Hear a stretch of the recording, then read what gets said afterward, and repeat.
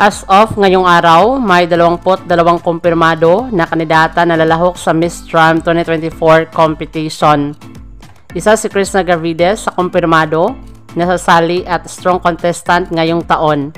Samantala, sa kontinente ng Asya, silang mahigpit na mga kalaban ni Chris Nagarvides, kasama ang maladyusang ganda ng kinatawan ng bansang Thailand, kasama din ang representative ng bansang Indonesia, at ang kinatawan ng bansang Malaysia.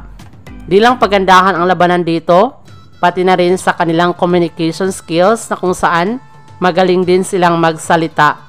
Maraming salamat sa panonood.